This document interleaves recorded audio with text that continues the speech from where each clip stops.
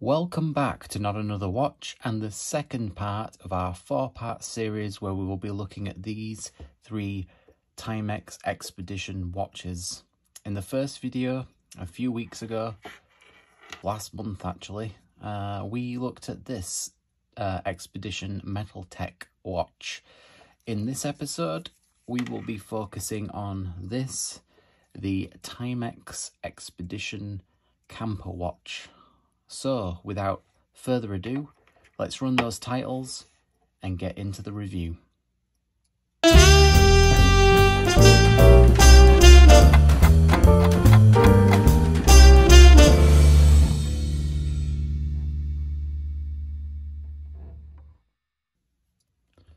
So here it is, folks, the Timex Expedition Camper.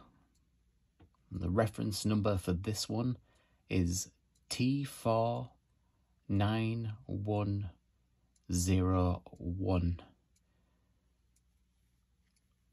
It's a resin case, so it's plastic. And before we get any deeper in, let's give you some dimensions of that resin case. It's 39 millimeters from the 8 to the 2. If you include the crown from the 9 to the 3, you get 40 millimeters. The Lug-To-Lug measurement on this one is a nice compact of 43.6 millimeters. You have a 20 millimeter Lug-To-Lug size, so if you want to swap out this strap, it will fit multiple straps. And we have a case thickness from the bottom to the top of 9.5 millimeters. Before I mentioned, it is a resin case, and we have a piece of acrylic covering that dial. It's a push-pull crown, so hence the 50 meters of water resistance that this one gets, and you can see that there's some scratches on that dial, on that acrylic crystal. A bit of poly watch would make that look like new, I would feel. It's unsigned crown, but on the back we have a stainless steel screw down back with the Explorer logo on. The strap is nylon with accents of what I believe to be leather, although there's no genuine leather mark anywhere I can see. On the ends of those straps you can see you have the Expedition logo, the E with the arrow going through it, and yes, again on the back and on the buckle. Super light, this only comes in at 31 grams, and that has everything really to do with the case and everything being really light. The acrylic crystal, of course it's quartz movement, and I have to say, if you're looking for a watch that is going to be really light on your wrist, this one might be one to consider, because it is really light. 31 grams, it feels like air, it really does. Let's take a look at the dial a little bit closer. We have you have these numbers running around, the 12-hour numbers, and then on the inner dial you have the 24 hours running around, and then you've got that nice chapter ring of those second markers that go around. You've got the Timex Expedition logo, a name underneath the 12. You have a framed date window at the 3 o'clock, and down there, straddling the 6, we have Indieglow, water resistant, 30 meters. Now, 30 meters. You sure about that? 30 meters of water resistance. I mean, it says it on the dial, 50 meters of water resistance. You said it earlier in the video. Honestly, Phil, if you want a job in Q branch, you're going to have to get your specifications right. Do apologize, ladies and gentlemen. I will work on him for the next video. Back to the rest. Now, while we're talking about the Indieglow, this watch did originally have Indieglow, but I will insert a shot now, and you will see from the shot that the light is actually not working very well. It does a little bit, but not. It's obviously over the years of its use run into a little issue with the light. So in this case, the loom that is on the hands and the pip of the second hand will definitely come in handy. Now, let's put it on my wrist, and for those of you that don't remember from the first video, I told you all that these watches originally belonged to my father-in-law, and he gifted them all to me for my birthday. So this, for reference, I have a 7¼ inch wrist, and this is a very compact watch, very, very light, and, you know, very comfortable. Definitely, you don't know that you're wearing this one. I think this is one you could put on and forget about. But I really like that it's kind of semi-cream dial. It just looks great.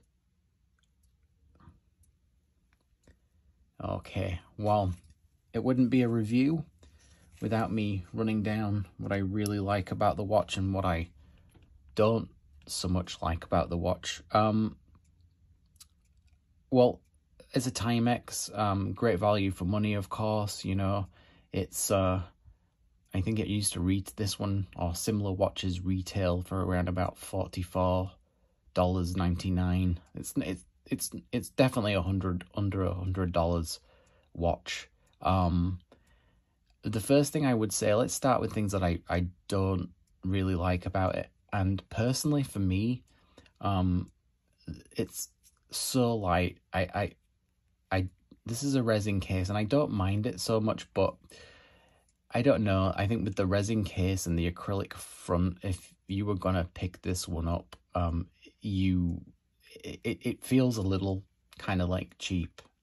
Out of all of the Timex watches that I've either reviewed or I'm going to look at, out of all these three watches, this one feels like it's the budget one to me. It retains the looks, it looks really nice, but it just feels a little bit kind of like on the cheap side. I do actually think that resin is pretty strong, so and for that reason I'm not going to criticize it too much. What else? Obviously the acrylic on the front of it would be nice to at least have mineral. It's flat. Yeah, but that's really about it. Obviously it has the Timex tick after the last video. People were quick to tell me, oh yeah, that's that tick, that's the Timex tick. That's how you know it's a Timex. Timex, it takes a licking and keeps on ticking. So, yeah, of course, I feel like that was a bit of my naivety when it came to Timex watches. But yeah, this one does tick actually louder than the Metal Tech, a lot louder.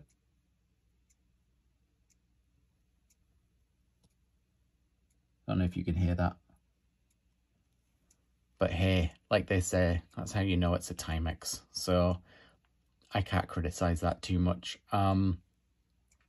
But having said, that's really my only criticism of this. The loom is not that great, and of course the light is not working, but you know, this is a used watch. It's not brand new. I can't criticize it for that. It's not new out of the box, so I won't.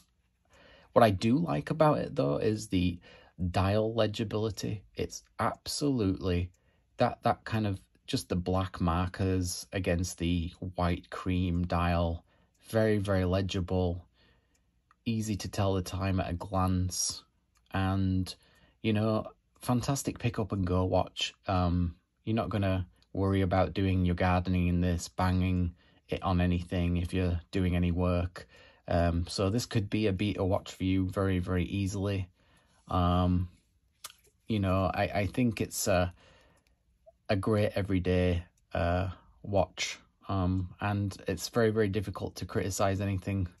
But I will say, okay, in summary, the resin case, the acrylic crystal would be two of my niggles, and of course the not so great loom, as this watch relies heavily on that Indieglow light, and on this one obviously the light has gone. But love the usability of the watch, the legibility of the watch, how comfortable it fits on your wrist. It's just, you know, for the price point, a really, really cool and, you know, great everyday watch. Can't go wrong with a Timex, and listen to that tick. Not even going to criticize it. It's fantastic. Anyway, that just about concludes our review. It's semi-brief, but I want to leave some mystery to which one of these watches when we do the battle episode. I don't want you to know going in which one's going to win. I do like all three of these watches, not equally, but you can't go wrong with a Timex. I don't think you can actually get this one. I think the nearest one I can see to this one now is the Timex Expedition Scout. I will leave a link down in the description to a similar watch, and hopefully you will take a look at Timex if you haven't already. Anyway, thank you so much, guys. If you've enjoyed the video, please give me a thumbs up. It really helps the channel. And why not leave a comment? What do you think of Timex? Have you got a Timex? How often do you wear it? Let me know. And yeah, and the next episode of this will be reviewing the next watch, the rugged metal watch. And I can't wait for that one. Yeah, guys, until next time, take care of yourselves, live life, love watches, and I will see you in the next video.